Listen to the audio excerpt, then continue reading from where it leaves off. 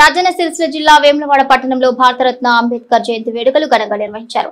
స్థానిక ఎమ్మెల్యే ప్రభుత్వ పాది శ్రీనివాస్ పాల్గొని అంబేద్కర్ చౌరస్తాలో ఏర్పాటు చేసిన కాంస్య విగ్రహాన్ని ఆయన ఆవిష్కరించారు. అంబేద్కర్ కూడలి అభివృద్ధిలో భాగంగా ఏర్పాటు చేసిన వాటర్ ఫౌంటైన్ ను ప్రారంభించారు. అనంతరం ఏర్పాటు చేసిన కార్యక్రమంలో పాల్గొన్నారు. ఈ సందర్భంగా మీడియాతో మాట్లాడారు. డాక్టర్ బాబాసాహెబ్ అంబేద్కర్ ఆశయ సాధన కోసం ప్రతి ఒక్కరూ కృషి చేయాలని ప్రభుత్వ విప్ ఎమ్మెల్యే ఆది శ్రీనివాస్ పిలుపునిచ్చారు. వేములవాడలోని అంబేద్కర్ చౌరస్తాలో కాంస్య విగ్రహాన్ని ఏర్పాటు చేయడం అదృష్టంగా భావిస్తున్నానని చెప్పారు. అంబేద్కర్ కూడలి అభివృద్ధి కోసం 30 లక్షలతో వాటర్ ఫౌంటైన్ గార్డెన్ ఏర్పాటు చేసుకున్నామన్నారు. వేములవాడ రాజన్న ఆలయం ఒకవైపు, పట్టణ అభివృద్ధి మరోవైపుగా ప్రభుత్వం పనిచేస్తుందని స్పష్టం చేశారు. పార్టీలకు అతీతంగా అభివృద్ధి కార్యక్రమాలను రూపొందించి అందరి సలహాల మేరకు పనులు చేస్తున్నామన్నారు. ఇప్పటికే రాజన్న ఆలయ అభివృద్ధి కోసం గత ఏడాది బడ్జెట్ లో 50 కోట్లు కేటాయించడం జరిగిందన్నారు. 2025-26 బడ్జెట్ లో కూడా 100 కోట్లు కేటాయించడం అభివృద్ధికి నిదర్శనమని చెప్పారు. శృంగేరి పీఠాధిపతుల అనుమతులతో అందరి అభిప్రాయాలు తీసుకుని అభివృద్ధి కార్యక్రమాలు చేపట్టినట్లుగా తెలిపారు. రాజ్యాంగ నిర్మాత అంబేద్కర్ ఆలోచన విధానాలతో ముందుకు సాగుతూ భవిష్యత్తులో మరిన్ని కార్యక్రమాలు చేపడతామని తెలిపారు. ఈ కార్యక్రమంలో జిల్లా కలెక్టర్ సందీప్ కుమార్ ఝా, జిల్లా ఎస్పీ మహేష్ బిగితే, ఏఎస్పీ శేషాద్రి రెడ్డి, గ్రంథాలయ chairman Satyanarayana, market committee chairman Raju, municipal commissioner Anvesh, వివిధ పార్టీల నాయకులు తదితరులు పాల్గొన్నారు. ఎస్సీ స్టడీ సర్కిల్ కోసం 1 ఎకర్ ల్యాండ్ కేటాయించాం సార్. సో ఇక్కడ కూడా కరీంనగర్లో అంబేద్కర్ భవన్ ఉంది, అదేలాగా ఇక్కడ కూడా 1 ఎకర్లో మనం అది స్టార్ట్ చేయవచ్చు.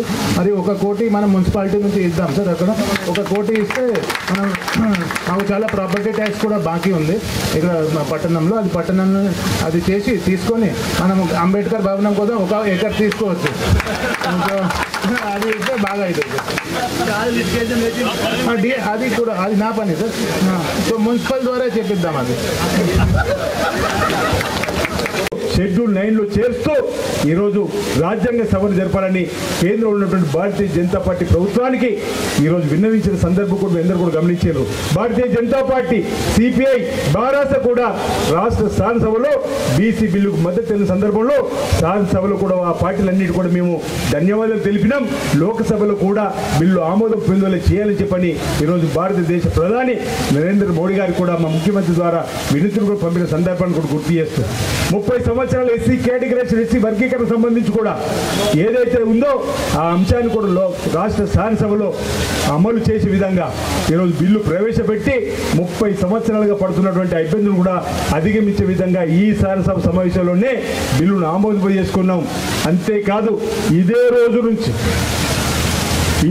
నుంచి అంబేద్కర్ 14 ఈరోజు బాబాసాహెబ్ అంబేద్కర్ గారి జయంతి సందర్భంగా ఆ వర్గీకరణ కూడా అమలు చేసే బాధ్యత ఈ రోజు నుంచే జరగబోతుందన్నమాట. ఈరోజు ఈ సందర్భంగా తెలియజేస్తూ ఈ విధంగా చక్కటి కార్యక్రమాలు ఇవన్నీ కూడా డాక్టర్ బిఆర్ అంబేద్కర్ రచించిన గ్రంథం, ఆ చట్టం, దాని ద్వారానే ఇవన్నీ మనం చేసుకోగలుగుతున్నమాట. ఈరోజు వారి యొక్క ఆలోచన విధానం, అసలు తెలంగాణ వచ్చింది కూడా ఆర్టికల్ వారు రచించినటువంటి దానిలో భాగంగా ఈరోజు మన చిన్న రాష్ట్రం ఏర్పడిన క్రమంలో తెలంగాణ రావడం కూడా వారు ఆనాడు రాజ్యాంగంలో పొందుపరిచినటువంటి ఆ యొక్క ఆలోచనతోటే మన ప్రత్యేక తెలంగాణ కూడా రావడం అనేది ఈ సందర్భంగా మీకు తెలియజేస్తూ ఇక ఉన్నటువంటి పెద్దలందరూ కూడా ఎలాంటి ఆందోళన చెందకుండా భవిష్యత్తులో కూడా మన ప్రాంతాన్ని మరింత అభివృద్ధి పథంలో తీసుకొని పోదాం అన్నమాట ఈ సందర్భంగా తెలియజేస్తూ ఈరోజు ఇక్కడ యువతకు స్టేడియాలు కావాలన్నారు, క్రీడా మైదానాలు ఇక్కడ కలెక్టర్ గారి దృష్టిలో ఇక్కడ కానీ ఆల్రెడీ ఇక్కడైతే మరిపల్లి దగ్గర 3-5 ఎకరాల వరకు ఇవ్వాలని చెప్పి నిర్ణయించుకున్నాం.